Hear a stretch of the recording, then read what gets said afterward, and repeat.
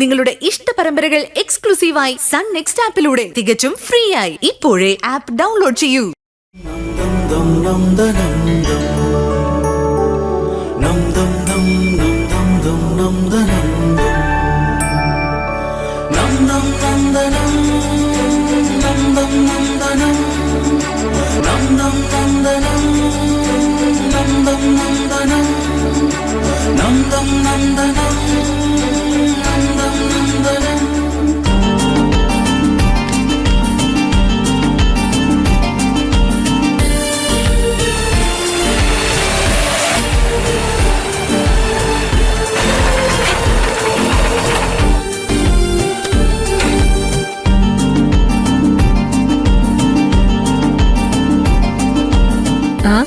എന്താ വക്കീലെ, ഫുഡിനുള്ള സമയം ആയില്ലല്ലോ. ആ, താനും ഇക്കാര്യം പറഞ്ഞ കളിയാക്കാൻ തുടങ്ങിയല്ലേ? ഭാനുമതി എവിടെ പോയി? അമ്പലത്തിലേക്ക് പോയിരിക്കുക. ആ, പിന്നെ ഗിരി ഈ ഫയൽ ഇവിടെ ഏൽപ്പിക്കാൻ പറഞ്ഞിരുന്ന ഇത് അവനെ തന്നെ കൃത്യമായിട്ട് ഏൽപ്പിക്കണേ. ഓക്കെ. പിന്നെ തന്റെ പഠിപ്പൊക്കെ എങ്ങനെ പോണു?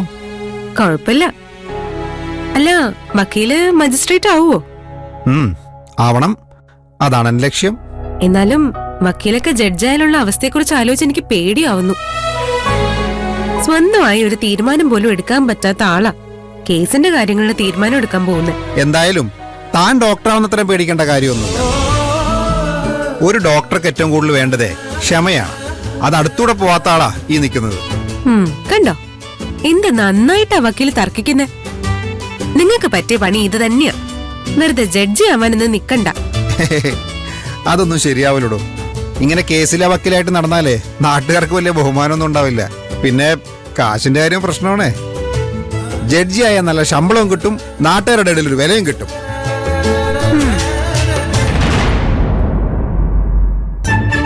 സത്യം പറ വക്കീലെ, ഈ മജിസ്ട്രേറ്റ് ടെസ്റ്റ് എഴുതാനുള്ള തീരുമാനം എടുത്തത് ആ പെണ്ണ് തേച്ചിട്ട് പോയതുകൊണ്ടല്ലേ?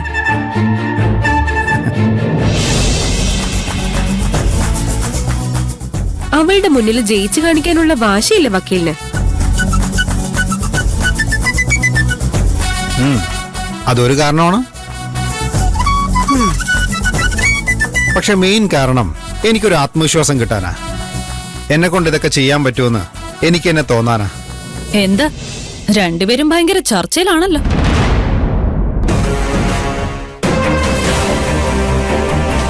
ഞങ്ങളെ പോലുള്ള പഠിപ്പിസ്റ്റകൾക്ക് പലതും സംസാരിക്കാനുണ്ടാവും. അതൊന്നും തന്നോട് പറയേണ്ട കാര്യമില്ലല്ലോ. അടുത്ത ആഴ്ച എനിക്കും പരീക്ഷയുണ്ട്. അതില് മാർക്ക് വാങ്ങി ഞാൻ കാണിച്ചു തരാം. ആ, പുസ്തകത്തിന്റെ മേളിൽ തല വെച്ചുറങ്ങിയാലേ അതിനകത്തുള്ളതൊന്നും തലയെ കയറൂല. അതിന് പഠിക്കുക തന്നെ വേണം. അത് കേട്ടപ്പോ സ്വപ്നയുടെ മുഖം കണ്ടില്ലേ വക്കീലെ?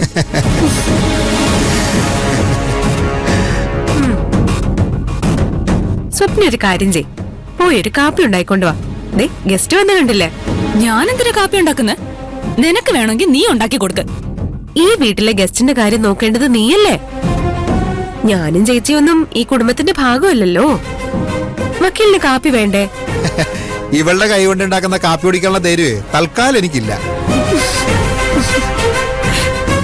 അപ്പൊ ഞാൻ പോട്ടെ. Okay, bye. ബൈ.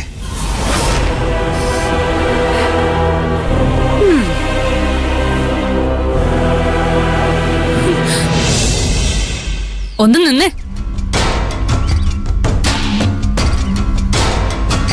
എന്താ നിന്റെ ഉദ്ദേശം? മനസ്സിലായില്ല. ഞാനൊന്നും കാണുന്നില്ലെന്ന് നീ വിചാരിക്കണ്ട. നീയും മഹിമയും തമ്മിൽ എന്തോ ചുറ്റിക്കളിയുണ്ട്. എന്നെ കിട്ടാത്തതുകൊണ്ട് കണ്ണില് കണ്ട ആദ്യത്തെ പെണ്ണിനെ തന്നെ കേറി അങ്ങ് പ്രേമിച്ചു അല്ലേ? നിന്റെ സ്റ്റാൻഡേർഡ് ഭയങ്കരമായി വീണുപോയി മോനെ. അതെ, എന്റെ മനസ്സിൽ ഒരിക്കലും മഹിമയെ കുറിച്ച് അങ്ങനെ ഒരു ചിന്തയില്ല. പക്ഷെ ഒരു കാര്യം എനിക്ക് ഉറപ്പാ, മഹിമയെ നിന്നേക്കാളും നല്ലൊരു കുട്ടിയാ. നിനക്കൊക്കെ അവളുടെ മുന്നിൽ നിൽക്കാനുള്ള ഒരു യോഗ്യതയുണ്ടോ? മഹിമയ്ക്ക് നിന്നേക്കാൾ ബുദ്ധിയുണ്ട്, സൗന്ദര്യമുണ്ട്. പിന്നെ ഏറ്റവും പ്രധാനപ്പെട്ട ഒരു കാര്യം എന്താണെന്നറിയോ? നിന്നേക്കാൾ ആത്മാർത്ഥതയുണ്ട്. അവൾ ഒരിക്കലും സ്നേഹിക്കുന്നവരെ ചതിക്കില്ല.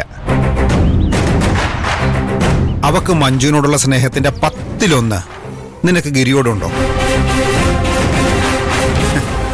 നീ പറഞ്ഞത് ശരിയാ.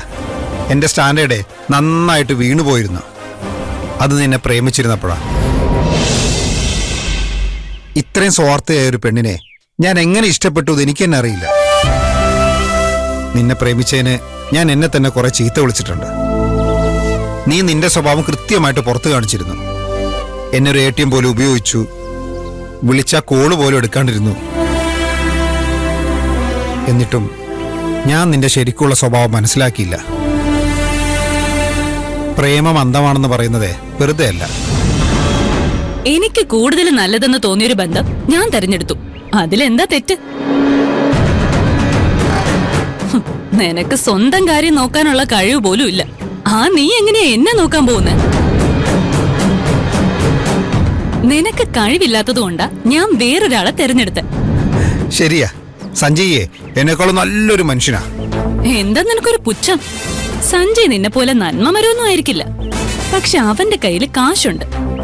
നീ ഈ മജിസ്ട്രേറ്റ് ടെസ്റ്റ് എഴുതി പാസ്സായ എന്റെ മുമ്പിൽ വലിയ ആളാവുന്നാണോ വിചാരിക്കുന്നത്? ഈ നാട്ടിലെ നിയമവും കോടതിയും ഒക്കെ വിലയ്ക്ക് വാങ്ങാനുള്ള കാശ് സഞ്ജയ്ക്കുണ്ട്. ഞാനേ നിനക്ക് വേണ്ടിയിട്ടല്ല മജിസ്ട്രേറ്റ് ടെസ്റ്റ് എഴുതുന്നത്. അത് എനിക്ക് വേണ്ടിയിട്ടാ. പിന്നെ നീ എന്തായാലും ഗോപാൽജിനെ മരുമോളാൻ പോവല്ലേ. അപ്പോ കാശിനൊന്നും വലിയ ബുദ്ധിമുട്ടുണ്ടാവില്ലല്ലോ. ഇത് നിന്നെ കാണിക്കണമെന്ന് കരുതിയിട്ട് കുറേ നാളായി മോളെ. എന്താ ഇത്? ഇത് നമ്മൾ പ്രേമിച്ചുകൊണ്ടിരുന്നപ്പോ ഞാൻ നിന്റെ മീതെ ചെലവാക്കിയ കാശിന്റെ കണക്ക്. ഇതെനിക്ക് തിരിച്ചു കിട്ടിയേ പറ്റൂ. ഇതേ ഞാൻ പലതവണ ഗിരിയോടും മറ്റു കൂട്ടുകാരോടും കടം മേടിച്ചിട്ടാ നിനക്ക് ആശോഭിച്ചു തന്നത്. കുറഞ്ഞത് അവർക്ക് ചെലവായതെങ്കിലും തിരിച്ചു കൊടുക്കണ്ടേ?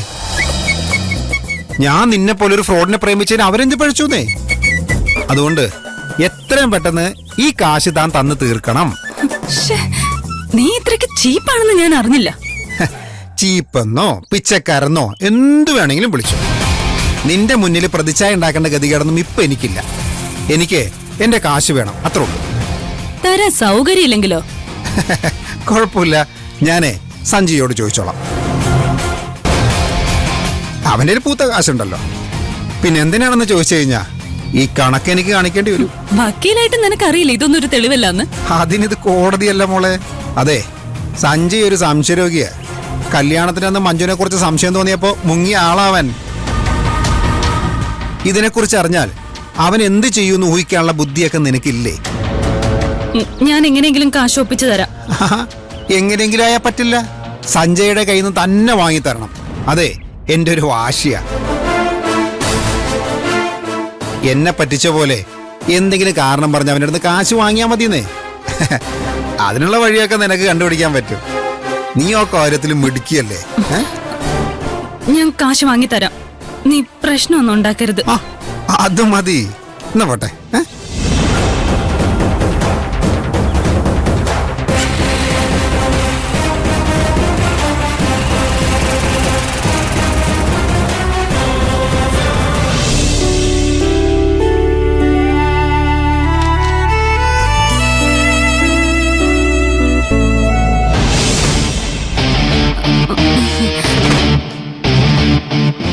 മഹിമേ, എന്നാ മഹിമയുടെ പരീക്ഷ? ഈ മാസം തന്നെ ഉണ്ട്. വിഷമിക്കണ്ട, പരീക്ഷ കഴിഞ്ഞ ഉടനെ ഞാൻ മാറിക്കോളാം. അയ്യോ, ഞാൻ അതിനു വേണ്ടിയൊന്നും ചോദിച്ചല്ല. വെറുതെ ഒന്ന് അന്വേഷിച്ചെന്നേ ഉള്ളൂ. കുറെ പഠിക്കാനുണ്ടാവുമല്ലേ? സ്വപ്നെ, എന്തിനാ ഈ നാടകം കളിക്കുന്നത്?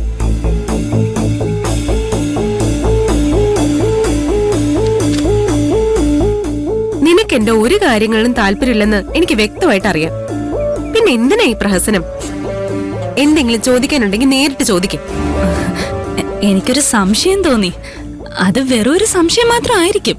എന്നാലും നിന്നെ കുറിച്ചാവുമ്പോ നിന്നോട് പങ്കുവെക്കുന്നതാണല്ലോ അതിന്റെ ഒരു ശരി. ഇപ്പോഴും സ്വപ്ന കാര്യം പറഞ്ഞില്ല. മഹിമയും മുകുന്ദനും ഇഷ്ടത്തിലാണോ? ഞങ്ങൾ തമ്മിലുള്ള ബന്ധം എന്താണെന്ന് ഞാൻ നിന്നോട് വ്യക്തമാക്കണോ? അതിന്റെ ആവശ്യമുണ്ടെന്ന് എനിക്ക് തോന്നുന്നില്ല. നിങ്ങൾ തമ്മിൽ വെറും ഒരു സൗഹൃദമാണെന്നാ എന്റെ വിശ്വാസം. അത് അങ്ങനെ തന്നെ തുടരുന്നതാ നല്ലത്. കാരണം അവനെ പോലൊരു ഫ്രോഡ് പയ്യനെ ഞാൻ എന്റെ ജീവിതത്തിൽ കണ്ടിട്ടില്ല. ഫ്രോഡോ? വക്കീലോ? അവന്റെ ചിരിയും സംസാരമൊന്നും കണ്ട് തെറ്റിദ്ധരിക്കണ്ട. അവൻ കള്ളനാ. പെൺകുട്ടികളെ വളച്ചെടുക്കുന്നത് അവന്റെ പ്രധാന പരിപാടി. നമ്മൾ തമ്മിൽ എന്തൊക്കെ ശത്രുത ഉണ്ടെങ്കിലും നീ എന്റെ കുടുംബത്തിലെ ഭാഗമല്ലേ. അതുകൊണ്ട് നിനക്കൊരു അബദ്ധം പറ്റരുതെന്ന് എനിക്കുണ്ട്. വക്കീൽ അങ്ങനെ ഒരാളാണെന്ന് എനിക്ക് തോന്നുന്നില്ല. നീ ഞാൻ പറയുന്നൊന്ന് വിശ്വസിക്ക്. നിനക്ക് മുമ്പ് എന്റെ അടുത്ത് അവനൊരു നമ്പർ ഇറക്കി നോക്കിയതാ. പക്ഷെ ഞാൻ അവനെ ആട്ടിവിട്ടു. എന്തിന്?